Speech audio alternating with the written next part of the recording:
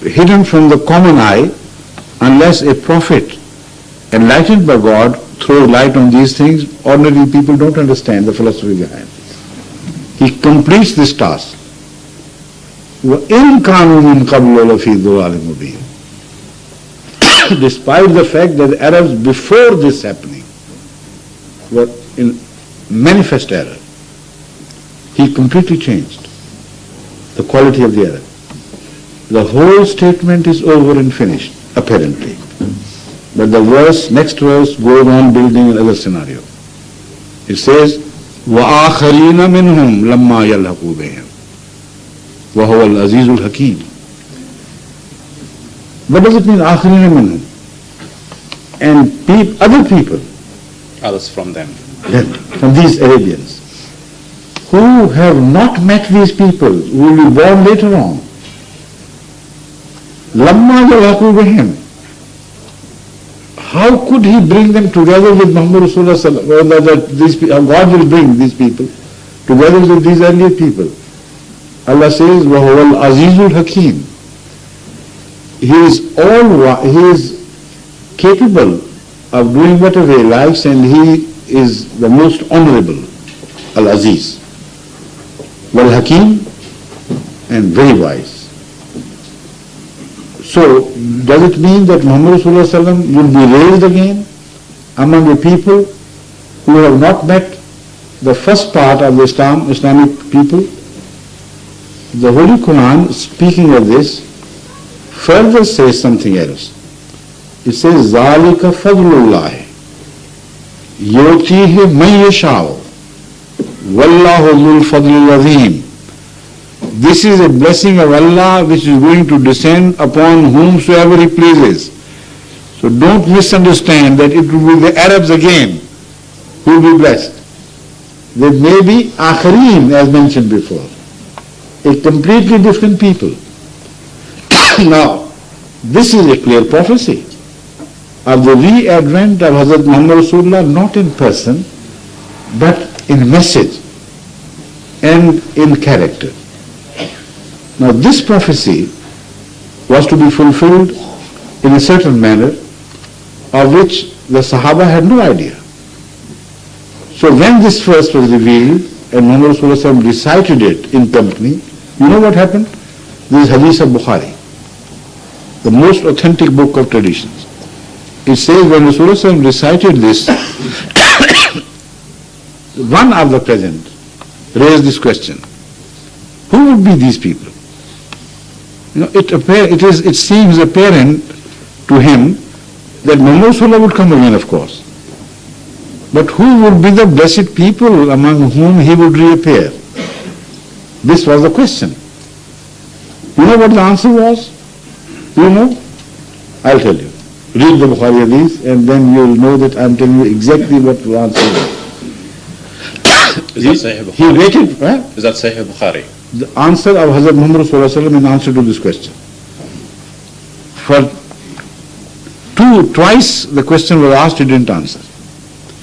The third time the question was asked, he extended his hand to the shoulder of Salman Farsi, rested his hand on the shoulder of Salman Farsi, and said these words: لَوْ كَانَ الْإِيمَانُ إِنْ ذَا الثُّرَيَّا لَنَالَهُ رَجُلٌ مِّنْ هَؤُلَاءِ. Even if the faith had deserted the earth and gone over to Pleiades, Suraya, God would raise someone, min haulai, from these people. That is Salman Farsi, from his people, who would bring back the faith from the heaven back to earth. Now, was Salman Farsi an Arab or a non-Arab? He was a Persian. He was an Ajami. He was. There are two things known to the Arabs at that time: Arab and Ajam. Arab and Ajam. He was an Ajam, there is no doubt. But all the rest was sitting around him. All the rest who was sitting around him was Arab. Were Arabs. Why to pick on the only shoulder which was non-Arab? That is an explanation of the second part. ذَلِكَ فَضْلُ اللَّهِ يُؤْتِيهِ مَن يَشَاءُ. This is going to be a blessing of Allah. His hands are not bound. To whomsoever he pleases, he will bestow this blessing. And secondly, other things are answered. Why didn't you take notice of this? What he said was... I'm sorry, if I repeated my questions, I came late and I apologize for that. Please listen to this. What he said was, Law kanal imanu in the Thuraya. He is talking of a period, Akhreen. The question is of Akhreen. When will they be appear? Muhammad Rasulullah sallallahu alaihi wasallam understood that they would appear at a time so late that practically, virtually, the faith would have left the earth and would have ascended to the heavens. As if you can say, the faith is only in name and there is no real faith left. Now this he knew would happen despite the fact that the law of Islam had been perfected and the book of Islam, the Quran, was unchangeable. And hundreds of thousands of traditions would remain available to the people. Yet the faith would have deserted the earth and gone over to Brady. The second point, this is a very important point which Muhammad Sallallahu Alaihi Wasallam pointed out, that mere books are not sufficient to keep the faith of the people intact. It is the presence of a godly person, a person appointed directly by God, who with his living example, his renewed contact with Allah, re-established the true faith in religions. This is the message. And then he said, Law kana al-imanu in the Suraya, even if it had gone to the heaven, لَنَالَهُ رَجُلٌ مِنْهَا, a man would bring from there this lost faith back to the earth. Are you still searching for the mention of Jesus Christ?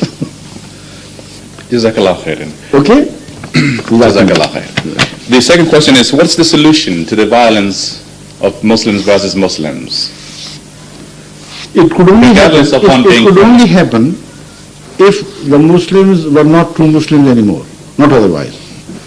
Because Hadhrat Muhammad Sallallahu Alaihi Wasallam has defined Muslim as one whose brothers are safe from him, their honor, their property, and whatever belongs to them.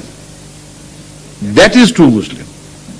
So already you have told me that the so-called Muslims are no longer Muslims because they violate this principle mentioned by Hadhrat Muhammad Sallallahu Alaihi Wasallam, that a Muslim is only he whose brother's honor, property, and what else is, and body would be safe from him. If not, then he is not a Muslim. When I say Muslim versus Muslims, I particularly mean the particular sectors within our communities, regardless of being from the same is the answer. Wahhabi or from Qadiriya. The answer does not change because Muhammad Sallallahu Alaihi Wasallam has defined it so beautifully and precisely that without going into the details, this answer becomes applicable to all such situations where Muslims fight the Muslims. All such situations. The moment they raise their sword against another brother Muslim, the word of the Holy Quran would tell them, get out of the faith of Islam. No more.